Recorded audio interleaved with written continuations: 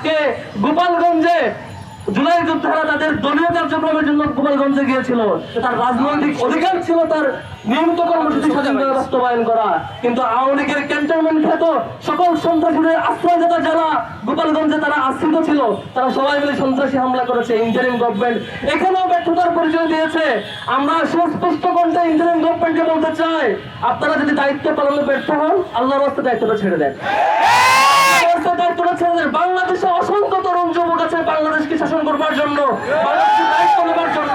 বাংলাদেশের তরুণের কোনো অভাব নেই, যারা এই দেশের দায়িত্ব নেবে, যারা তাজা রক্ত বিলিয়ে দিতে পারে, তারা এই দেশটাকে সুন্দর মতো সাজাতে গড়তেও পারে। কিন্তু আমরা আপনাদের প্রতি সম্মান রেখে, আপনাদের ব্যক্তিত্বের প্রতি তাকিয়ে আমরা আপনাদেরকে সেই আসনে বসিয়েছিলাম, কিন্তু আপনারা চরমতম ব্যর্থতার পরিচয় দিচ্ছেন। আমরা ইন্টারিম গভর্নমেন্টকে শেষবারের মতো সতর্ক করতে চাই, জুলাইয়ের 11 মাস পার হয়ে গেছে। এই আগস্টের আগেই, 5 আগস্টের আগেই সন্ত্রাসী আওয়ামী লীগের সকল অপরাধীকে আইনের আওতায় এনে শাস্তির মুখোমুখি করতে হবে। সকল ধরনের সন্ত্রাসী লীগকে একেবারে বাংলাদেশ থেকে নিচ্ছিন্ন করে ফেলতে হবে। যদি ইন্টারিম গভর্নমেন্ট সন্ত্রাসীদেরকে এখনো আশ্রয় দেয়, সন্ত্রাসীদেরকে তাকিয়ে এখনো ইন্টারিম গভর্নমেন্ট তার নীরব কর্মসূচি বহাল রাখে, তাহলে আমরা ছাত্র শিবিরের পক্ষ থেকে, ছাত্র জনতা থেকে সামনে দিয়ে ইন্টারিম গভর্নমেন্টের বিরুদ্ধে নামতে বাধ্য হব। আমরা আমাদের জুলাইয়ের রক্ত, অগাস্টের আন্দোলনের রক্ত, শহীদদের রক্ত আমাদের গায়ে মাখা।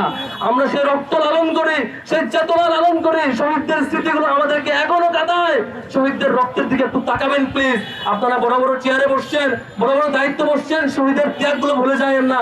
আমরা শেষবারের মতো সতর্ক করতে চাই, যদি বাংলাদেশ সরকার কিংবা বাংলাদেশ সরকারের অন্যান্য এক্সটেনশন আরো বিভিন্ন পর্যায়ে যারা প্রশাসন, বিশ্ববিদ্যালয় প্রশাসন সহ সকল পর্যায়ের যারা দায়িত্বরত ব্যক্তিবর্গ আছেন, জুলাইয়ের সত্যিকারের যে চেতনা, জুলাইয়ের যে অনুভূতি, শহীদদের যে রক্তের দাবি, সেটা যদি পালন করতে না পারেন, আমরা আপনাদের বিরুদ্ধে সত্যিকারার্থেই মাঠের আন্দোলনে নামতে বাধ্য হব। আমরা আপনাদেরকে শেষবারের মতো সতর্ক করে,